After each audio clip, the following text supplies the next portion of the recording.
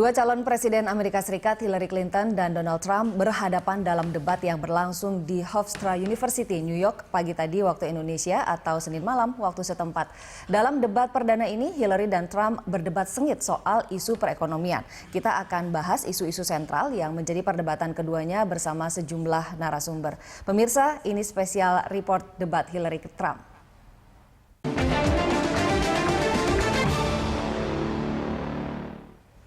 Calon Presiden Amerika Serikat dari Partai Demokrat Hillary Clinton dan calon Presiden dari Partai Republik Donald Trump mengikuti debat perdana calon Presiden Amerika Serikat di New York, Amerika Serikat.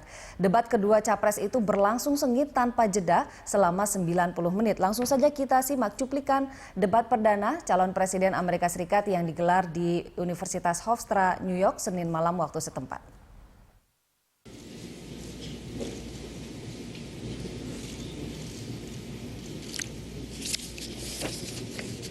Okay.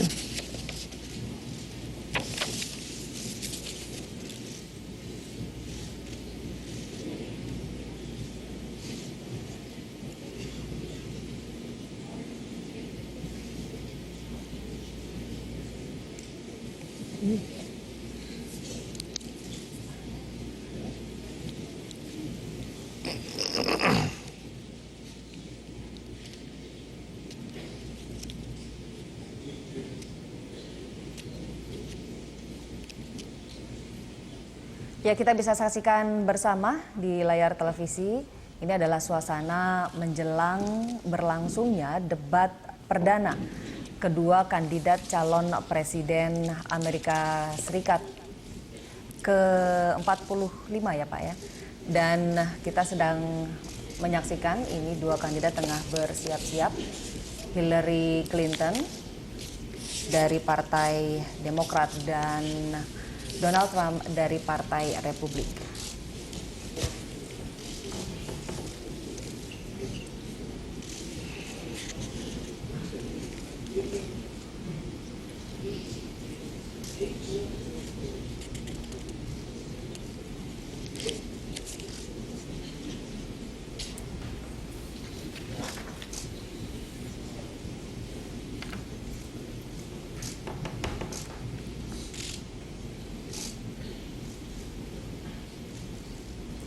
Debat perdana ini berlangsung di Hofstra University, New York.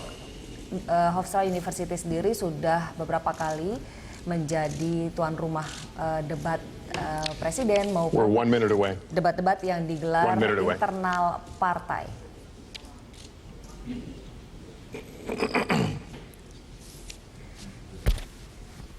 Moderator dalam debat ini adalah presenter berita dari NBC, news anchor di program Berita Malam, yaitu Lester Holt. Lester Holt juga pernah memoderatori debat bakal calon presiden di internal Partai Demokrat.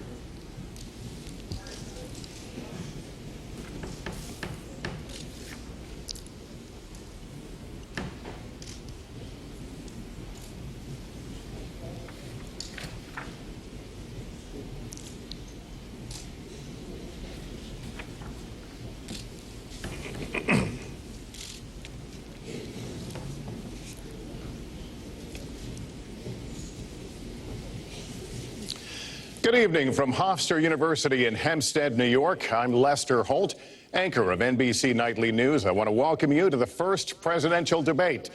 The participants tonight are Donald Trump and Hillary Clinton. This debate is sponsored by the Commission on Presidential Debates, a nonpartisan, nonprofit organization. The commission drafted tonight's format, and the rules have been agreed to by the campaigns. The 90-minute debate is divided into 6 segments, each 50 minutes long. We'll explore 3 topic areas tonight: achieving prosperity, America's direction, and securing America. At the start of each segment, I will ask the same lead-off question to both candidates, and they will each have up to 2 minutes to respond. From that point until the end of the segment, we'll have an open discussion. The questions are mine and have not been shared with the commission or the campaigns. The audience here in the room has agreed to remain silent so that we can focus on what the candidates are saying. I will invite you to applaud, however, at this moment as we welcome the candidates. Democratic nominee for President of the United States, Hillary Clinton, and Republican nominee for President of the United States, Donald J. Trump.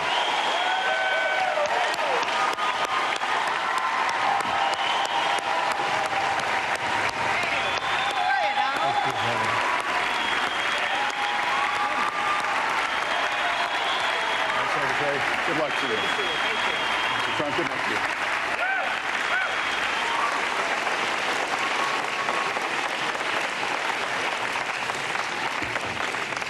Well, I don't expect us to cover all the issues of this campaign tonight, but I remind everyone there are 2 more presidential debates scheduled. We are going to focus on many of the issues that voters tell us are most important, and we're going to press for specifics. I am honored to have this role, but this evening belongs to the candidates and just as important to the American people. Candidates, we look forward to hearing you articulate your policies and your positions, as well as your visions and your values.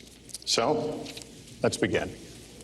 We're calling this opening segment Achieving Prosperity, and central to that is jobs. There are 2 economic realities in America today. There's been a record 6 straight years of job growth, and new census numbers show incomes have increased at a record rate after years of stagnation. However, income inequality remains significant, and nearly half of Americans are living paycheck to paycheck.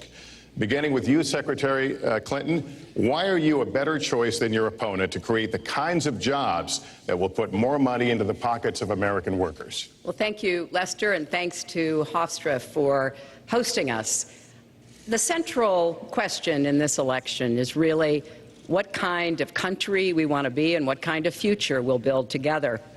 Today is my granddaughter's 2nd birthday, so I think about this a lot.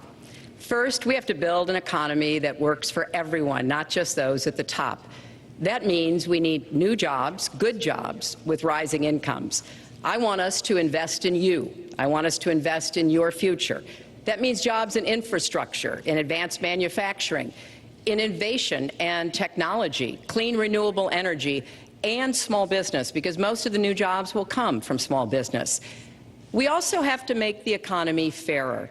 That starts with raising the national minimum wage and also guarantee, finally, equal pay for women's work. I also want to see more companies do profit sharing. If you help create the profits, you should be able to share in them, not just the executives at the top. And I want us to do more to support people who are struggling to balance family and work. I've heard from so many of you about the difficult choices you face and the stresses that you're under. So let's have paid family leave, earned sick days. Let's be sure we have affordable child care and debt-free college. How are we going to do it? We're going to do it by having the wealthy pay their fair share and close the corporate loopholes. Finally, we tonight are on the stage together, Donald Trump and I. Donald, it's good to be with you. We're going to have a debate where we are talking about the important issues facing our country. You have to judge us. Who can shoulder the immense, awesome responsibilities of the presidency? Who can put into action the plans that will make your life better? I hope that I will be able to earn your vote on November 8th. Secretary Clinton, thank you. Mr. Trump, the same question to you. It's about putting money, more money, into the pockets of American workers. You have up to 2 minutes. Thank you, Lester. Our jobs are fleeing the country. They're going to Mexico. They're going to many other countries. You look at what China is doing to our country in terms of making our product. They're devaluing their currency, and there's nobody in our government to fight them. And we have a very good fight, and we have a winning fight, because they're using our country as a piggy bank to rebuild China, and many other countries are doing the same thing. So we're losing our good jobs, so many of them. When you look at what's happening in Mexico, a friend of mine who builds plants said it's the 8th wonder of the world. They're building some of the biggest plants anywhere in the world, some of the most sophisticated, some of the best plants. With the United States, as he said, not so much. So Ford is leaving. You see that, their small car division leaving. Thousands of jobs, leaving Michigan, leaving Ohio. They're all leaving, and we can't allow it to happen anymore. As far as child care is concerned and so many other things, I think Hillary and I agree on that. We probably disagree a little bit as to numbers and amounts and what we're going to do, but perhaps we'll be talking about that later. but we have to stop our jobs from being stolen from us. We have to stop our companies from leaving the United States and with it firing all of their people. All you have to do is take a look at Carrier Air Conditioning in Indianapolis. They left, fired 1,400 people. They're going to Mexico. So many, hundreds and hundreds of companies are doing this. We cannot let it happen. Under my plan, I'll be reducing taxes tremendously, from 35% to 15% for companies, small and big businesses. That's going to be a job creator like we haven't seen since Ronald Reagan. It's going to be a beautiful thing to watch. Companies will come, they will build, they will expand, new companies will start, and I look very, very much forward to doing it. We have to renegotiate our trade deals, and we have to stop these countries from stealing our companies and our jobs. Secretary Clinton, would you like to respond? Well, I think that trade is an important issue. Of course, we are 5% of the world's population. We have to trade with the other 95%. And we need to have smart, fair trade deals. We also, though, need to have a tax system that rewards work and not just financial transactions. And the kind of plan that Donald has put forth would be trickle-down economics all over again. In fact, it would be the most extreme version, the biggest tax cuts for the top percent of the people in this country than we've ever had. I call it trumped-up trickle-down, because that's exactly what it would be. That is not how we grow the economy. We just have a different view about what's best for growing the economy, how we make investments that will actually produce jobs and rising incomes. I think we come at it from somewhat different perspectives. I understand that. You know, Donald was very fortunate in his life, and that's all to his benefit.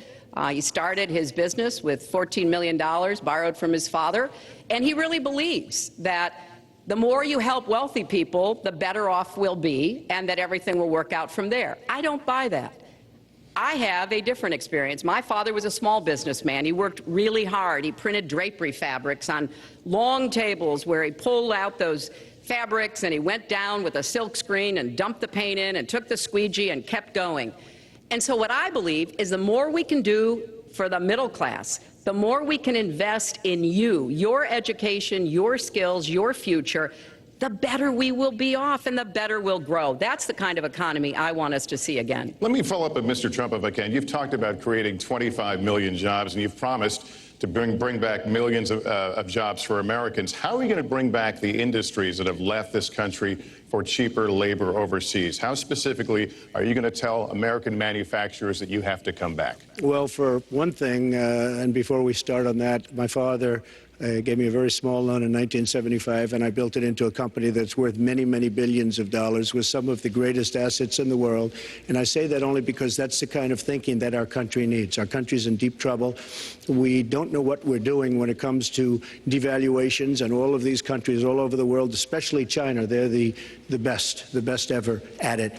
What they're doing to us is a very, very sad thing. So we have to do that. We have to renegotiate our trade deals. And Lester, they're taking our jobs, they're giving incentives, they're doing things that, frankly, we don't do. Let me give you the example of Mexico. They have a VAT tax. We're in a different system. When we sell into Mexico, there's a tax. When they sell in automatic, 16% approximately. When they sell into us, there's no tax. It's a defective agreement. It's been defective for a long time, many years, but the politicians haven't done anything about it. Now, in all fairness to Secretary Clinton, yes, is that okay? Good. I want you to be very happy. It's very important to me. But in all fairness to Secretary Clinton, when she started talking about this, it was really very recently. She's been doing this for 30 years. And why hasn't she made the agreements better? The NAFTA agreement is defective just because of the tax and many other reasons, but just because of the fact. Let me interrupt just a moment. Secretary Clinton and others, politicians, should have been doing this for years, not right now because of the fact that we've created a movement. They should have been doing this for years. What's happened to our jobs and our country and our economy generally is, look, we owe $20 trillion. We cannot do it any longer, Lester. Back to the question, though, how do you specifically bring back jobs, American manufacturers? How do you make them bring the jobs back? Well, the first thing you do is don't let the jobs leave. The companies are leaving. I could name, there are thousands of them. They're leaving, and they're leaving in bigger numbers than ever. And what you do is you say, fine, you want to go to Mexico or some other country, good luck. We wish you a lot of luck. But if you think you're going to make your air conditioners or your cars or your cookies or whatever you make and bring them into our country without a tax, you're wrong. And once you say you're going to have to tax them coming in, and our politicians never do this, because they have special interests, and the special interests want those companies to leave, because in many cases they own the companies. So what I'm saying is we can stop them from leaving. We have to stop them from leaving, and that's a big, big factor. Let me let Secretary Clinton get there. Let's stop for a second and remember where we were 8 years ago. We had the worst financial crisis, the Great Recession, the worst since the 1930s. That was in large part because of tax policies that slashed taxes on the wealthy, failed to invest in the middle class, took their eyes off of Wall Street, and created a perfect storm. In fact, Donald was one of the people who rooted for the housing crisis. He said back in 2006, gee, I hope it does collapse, because then I can go in and buy some and make some money. Well, it did collapse. That's called business, by the way. 9 million people lost their jobs, 5 million people lost their homes, and $13 trillion in family wealth was wiped out. Now, we have come back from that abyss, and it has not been easy. So we're now on the precipice of having a potentially much better economy, but the last thing we need to do is to go back to the policies that failed us in the first place. Independent experts have looked at what I've proposed and looked at what Donald's proposed, and basically they've said this, that if his tax plan, which would blow up the debt by over $5 trillion and would in some instances disadvantage middle-class families compared to the wealthy, were to go into effect, we would lose 3.5 million jobs and maybe have another recession. They've looked at my plans and they've said, okay, if we can do this, and I intend to get it done, we will have 10 million more new jobs, because we will be making investments where we can grow the economy. Take clean energy. Some country is going to be the clean energy superpower of the 21st century. Donald thinks that climate change is a hoax perpetrated by the Chinese. I think it's real. I did not. Science is real. I do not say that. And I think it's important that we grip this and deal with it, both at home and abroad. And here's what we can do. We can deploy 500 million more solar panels. We can have enough clean energy to power every home. We can build a new modern electric grid. That's a lot of jobs. That's a lot of new economic activity. So I've tried to be very specific about what we can and should do, and I am determined that we're going to get the economy really moving again, building on the progress we've made over the last 8 years, but never going back to what got us in trouble in the first place. Mr. Trump. She talks about solar panels. We invested in a solar company, our country. That was a disaster. They lost plenty of money on that one. Now, look, I'm a great believer in all forms of energy, but we're putting a lot of people out of work. Our energy policies are a disaster. Our country is losing so much in terms of energy, in terms of paying off our debt. You can't do what you're looking to do with $20 trillion in debt. The Obama administration, from the time they've come in, is over 230 years worth of debt, and he's topped it. He's doubled it in a course of almost 8 years, 7.5 years to be semi-exact. So I will tell you this, we have to do a much better job at keeping our jobs, and we have to do a much better job at giving companies incentive to build new companies or to expand, because they're not doing it. And all you have to do is look at Michigan and look at Ohio and look at all of these places where so many of their jobs and their companies are just leaving. They're gone. And Hillary, I just ask you this. You've been doing this for 30 years. Why are you just thinking about these solutions right now? For 30 years you've been doing it, and now you're just starting to think of solutions. Well, actually, I will bring back jobs. You can't bring back jobs. Well, actually, I have thought about this quite a bit. Yeah, for 30 years. I have, well, not quite that long. I think my husband did a pretty good job in the 1990s. I think a lot about what worked and how we can make it work again. Well, he approved 3 million NAFTA. new jobs, He approved a balanced NAFTA, budget, which is the single and worst trade deal ever approved in this country. Incomes went up for everybody. Manufacturing jobs went up also in the 1990s, if we're actually going to look at the facts. When I was in the Senate, I had a number of trade deals that came before me, and I held them all to the same test. Will they create jobs in America? Will they raise incomes in America? And are they good for our national security? Some of them I voted for. The biggest one, a multinational one known as CAFTA, I voted against. And because I hold the same standards as I look at all of these trade deals.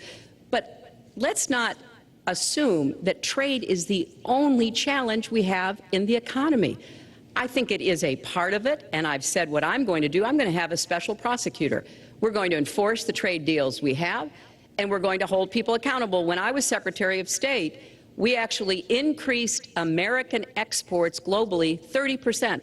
We increased them to China 50%. So I know how to really work to get new jobs and to get exports that help to create more new jobs. Well, you haven't done it in 30 years or 26 years. Well, any number you I've want been a senator, You Donald, haven't done it. And You haven't I done have it. been a And excuse Secretary me, of State, and I have Your done husband signed a lot. NAFTA, which was one of the worst things that ever happened Well, to the that's your manufacturing opinion. industry. That is your You go opinion. to New England, you go to Ohio, Pennsylvania, you go anywhere you want, Secretary Clinton, and you will see devastation where manufacturing is down 30, 40, sometimes 50%. NAFTA is the worst trade deal maybe ever signed anywhere, but certainly ever signed in this country. And now you want to approve Trans-Pacific Partnership. You were totally in favor of it. Then you heard what I was saying, how bad it is, and you said, I can't win that debate. But you know that if you did win, you would approve that, and that will be almost as bad as NAFTA. Nothing will ever top NAFTA. That is just not accurate. I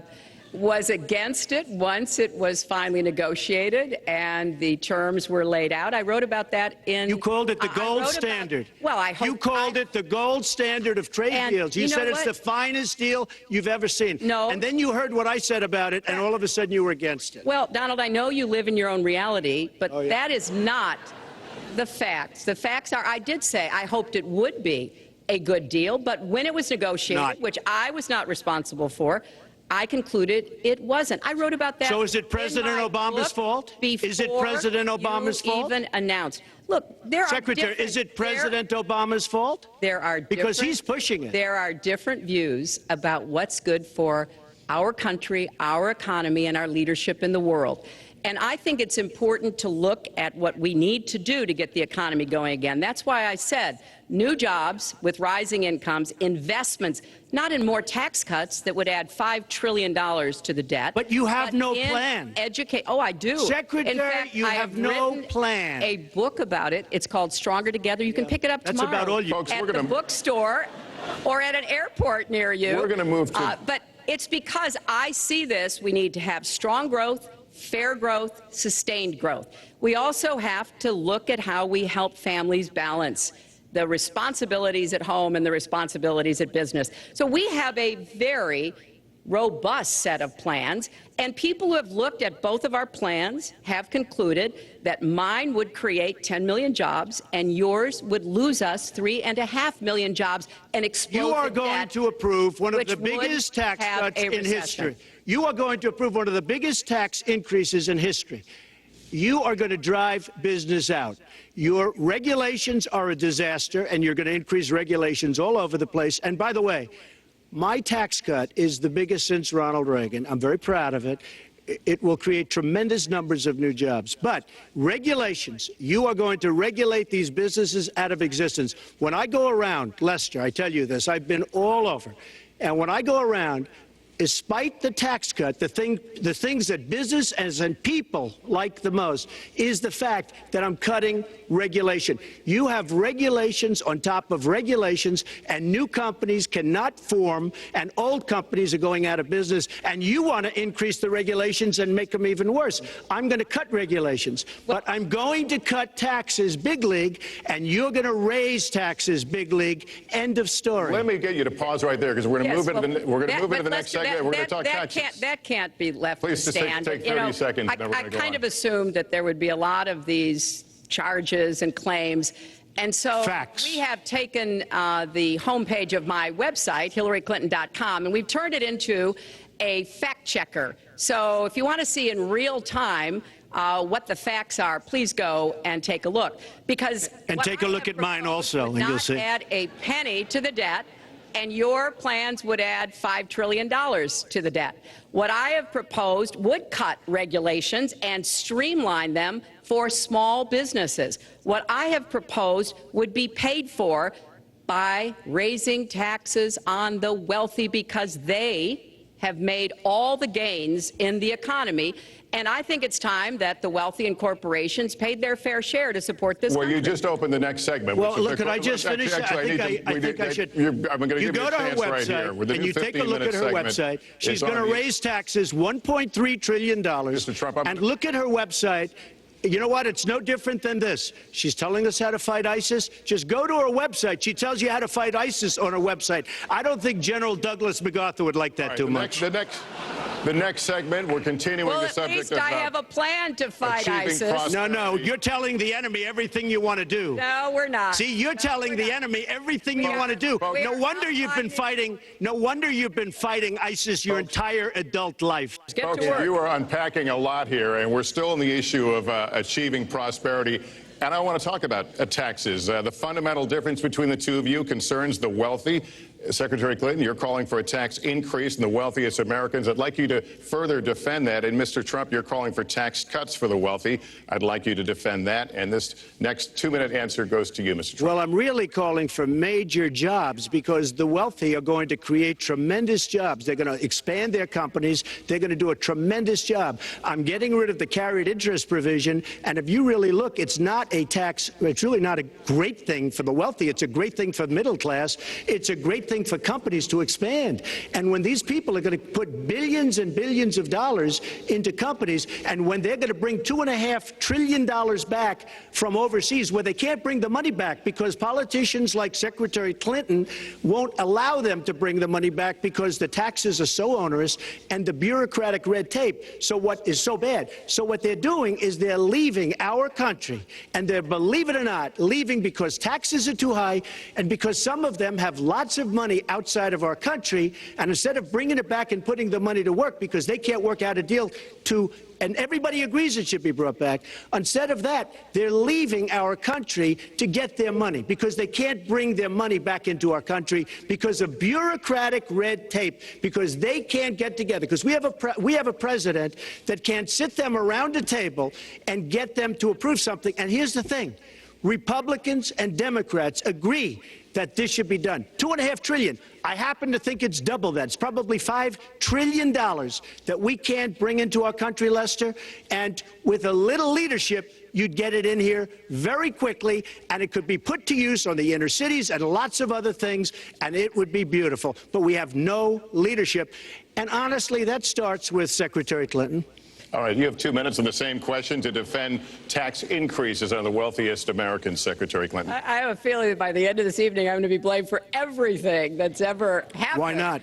Why not? Yeah, why not? You know, just join the debate by saying more crazy things. Now, let me say, there's nothing crazy about not letting our companies bring their money back into their country. This is Secretary Clinton's 2 minutes, please. Yeah, well, let's start the clock again, Lester. We've looked at your tax proposals. I don't see changes in the corporate tax rates or the kinds of proposals you're referring to that would cause the repatriation, bringing back of money that's stranded overseas. I happen to support that. I happen to support that in a way that will actually work to our benefit. But when I look at what you have proposed, you have what is called now the Trump loophole, because it would so advantage you and the business you do. You've proposed an approach that has a $4 billion tax benefit for your family. And when you look at what you are proposing, how much for my family? It is